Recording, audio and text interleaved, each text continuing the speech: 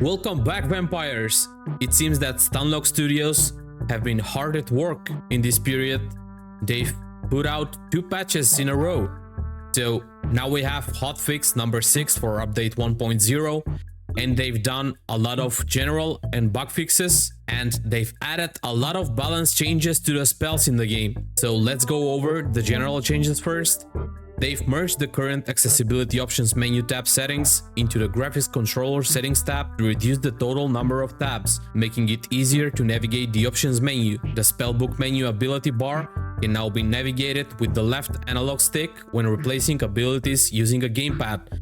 So it seems that they are preparing the release for PS5 with this. About the bug fixes, they've fixed an issue where replacing a window castle wall with a normal castle wall would cause attached objects such as curtains, castle window growth, or spider webs to yield their dismantle cost twice. They fixed a server crash that could occur when attempting to dismantle floors in very big castles. The camera should now default to the lowest pitch setting when playing with a gamepad, and they fixed a bug where ability animations would not show correctly when having high attack speed.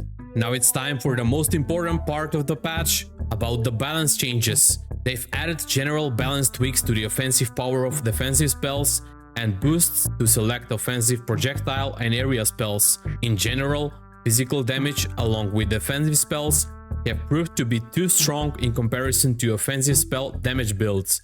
These changes aim to even out the playing field slightly. Additionally, some changes aim to reduce the power of stacking movement speed and movement enhancing spells. So let's start with the general changes of the spells. The whip primary attack damage changed to have the whip primary attack deal more damage on the tip and less on the line.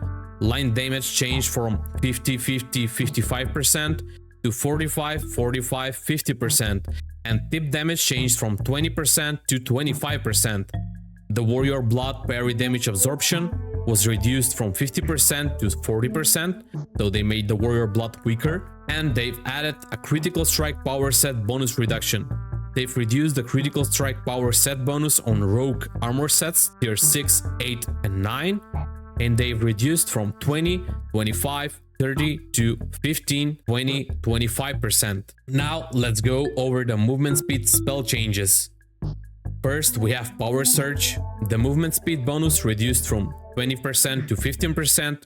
The duration increased from 3.5 seconds to 4 seconds. The dual increasing movement speed reduced from 3 to 8% to 3 to 6%. The dual increasing lifetime reduced from 15 to 30% to 12 to 25%. The Blood Rage spell movement speed bonus reduced from 15% to 10%. The healing is increased now from 60% to 65%.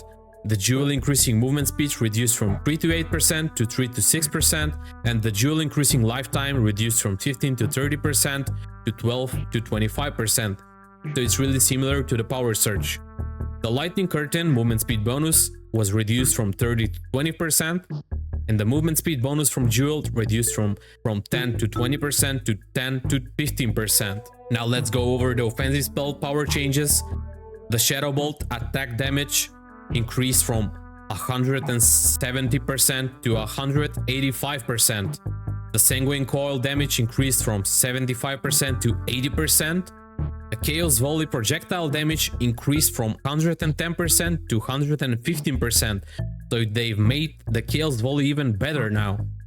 The Spectral Wolf damage increased from 125% to 140%.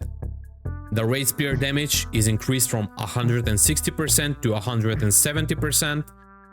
The Frostbat damage is increased from 100% to 110%. The Aftershock damage is increased to 130% from 125%. The Bone Explosion damage is increased from 140% to 150%, even better for the Undead spell tree. The Ice Nova damage was increased from 140% to 150%. Regarding the defensive spell power changes, we have Bloodrite. Its damage was reduced from 100 to 80%. This is a big hit to the Bloodrite spell. The Jewel increasing damage reduced to 10 to 20% from 15 to 13%. The dual spawning blood daggers reduce damage from 25 to 50% to a 20 to 40% per dagger. So they've really nerfed the blood right spell. Cold Snap shield duration reduced from 6 to 5 seconds. The freeze duration reduced from 3 to 2.5 seconds. The dual boosting movement speed reduced from 10 to 25% to 10 to 15%. And now we have the discharge spell that I'm using currently. Its stun duration reduced from 0.8 seconds to 0.6 seconds. The jewel that allows you to recast, its damage was reduced from 25 to 50% to 15 to 30%. And knockback effect power reduced by almost 25%. The jewel increasing stun duration reduced from 0.2 to 0.4 seconds to 0.1 to 0.3 seconds. The jewel granting immaterial, its duration was reduced from 0.8 to 1.6 seconds to 0.8 to 1.2 seconds. They've also added some Storm School effects changes about the jewels. So the jewel effect charging next primary attack damage is reduced from 15 to 30% to 15 to 25% per stack. The jewel effect that consumes static into stun, its duration was reduced from 0.3 to 0.7 seconds to 0.3 to 0.5 seconds.